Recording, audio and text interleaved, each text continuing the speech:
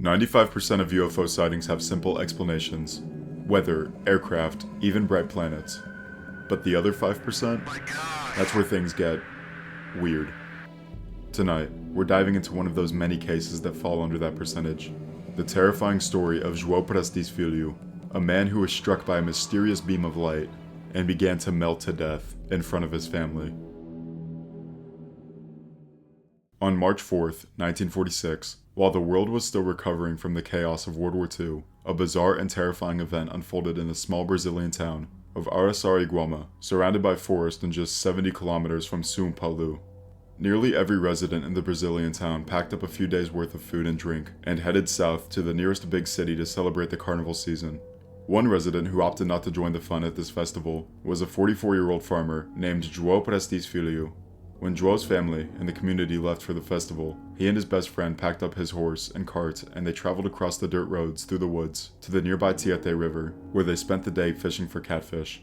To avoid any predators in the forest, they left as the sun began to set. After packing up their horse-drawn cart, João dropped his friend off at his home and continued on alone towards his own house. By the time João arrived, the sun had long since set. Araçariguama had no electricity, and the village was cloaked in a deep pitch-black night. Along with this, most of the community was off at the carnival, so the town was almost entirely dead. His house was empty, as expected, but when he went to enter his home, he realized his wife had forgotten to leave a spare key for him. Tired and hungry, João searched for a way in.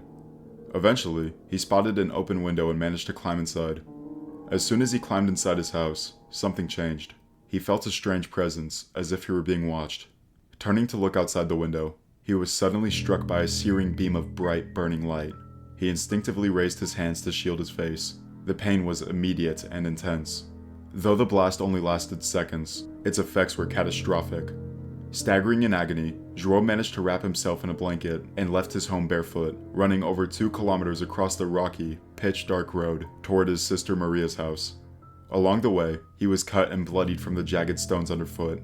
When he arrived, he was trembling and crying, shouting to his sister and her family, the light, before collapsing onto a bed. His condition was horrific. His skin appeared to be scorched from the waist up, with red, blistered flesh peeling away from the bone.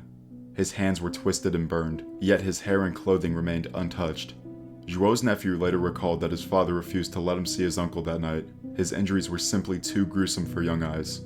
The police were called immediately, and local police chief João Malaquias arrived on scene. Upon seeing the man's condition, he was stunned. The man's skin was described as looking like meat that had been boiled for a long time. João was conscious, but struggled to speak, possibly due to damage to his tongue. Still, he managed to tell Malaquias, and I quote, "My attacker was not of this world." Due to the poor condition of the roads at the time, especially at night, João was rushed to the nearby Santana de Parnaíba hospital instead of the larger São Paulo facilities. By the time he was admitted, his body was failing. He was described as decomposing alive, with flesh falling from his limbs, exposing white bone and tendons. The burns only affected his skin, without any evidence of damage to his internal organs, hair, or clothing. The doctors were baffled. Tests found no chemical burns, no alcohol in his system, and no signs of accelerants or fire damage to anything he wore. The burns were concentrated on exposed areas, face, neck, hands, and lower limbs, while areas covered by clothing were untouched. There was no smell of burning, and no explanation for what could have caused such rapid degeneration. As he lay dying, he formed a bond with an orderly named Araci Gomidi, a former army medic who stayed by his side. João's final moments were excruciating. When he could no longer speak, after the flesh around his jaw deteriorated, he managed to signal his family for a glass of water, his last request. At 10 p.m. that night, João Prestes Filho died. The official cause of death was first listed as burns, but later updated to cardiac failure and generalized burns. João's family believed the culprit was a creature named Boitata, a legendary fire serpent said to roam the forests at night. Others speculated that creatures from a long-abandoned mine that was nearby had emerged to attack him. Some theorized that João had been exposed to a powerful dose of radiation, perhaps from a secret weapon, although the focused precision of such a beam seemed far beyond the technology of the time. I've seen a growing trend online where people attribute his death to radiation exposure.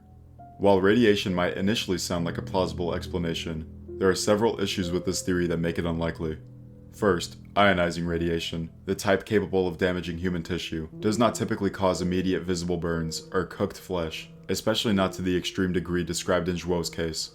Victims of high-dose radiation exposure, such as those from nuclear accidents like Chernobyl or Hiroshima, generally experience symptoms like nausea, vomiting, fatigue, and delayed skin blistering or necrosis. This man reportedly suffered massive visible damage to his flesh, not to mention the skin underneath his clothes being untouched.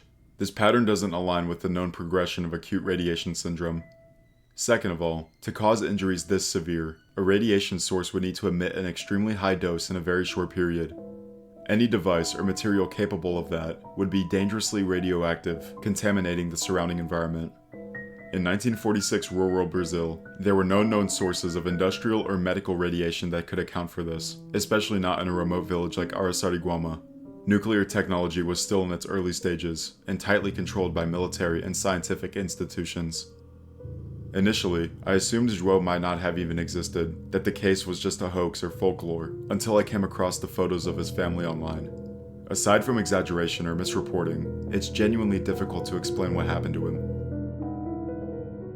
I was surprised to find that João was not the only person in Brazil to die under mysterious circumstances involving strange beams of light.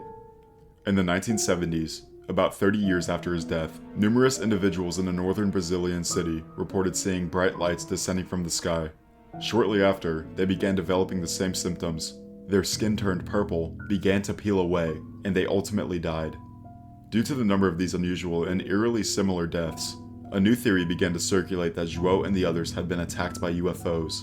According to this idea, the bright light João saw outside his window was actually a UFO, and the beam of light it emitted was a directed energy weapon that caused their deaths. This theory gained enough traction that the Brazilian military began an investigation in 1977, known as Operation Saucer, named after the flying saucers believed to be involved. Officially, the military concluded that there was no evidence linking UFOs to João's case or the others. However, many remain doubtful that the full truth has ever been revealed. Against all odds, there were even more similar incidents in Colares, Portugal. In 1977, local residents claimed that scars on their bodies were caused by lights in the sky, and named the lights Chupa Chupa. Believing it would keep the lights away, residents of Colares organized night vigils, lit fires, and ignited fireworks. It got so bad, the mayor at the time requested help from the Portuguese Air Force. With all these similar reports, perhaps it isn't so crazy to think that something not of this world did in fact visit Araçariguama in 1946. Thank you all for watching.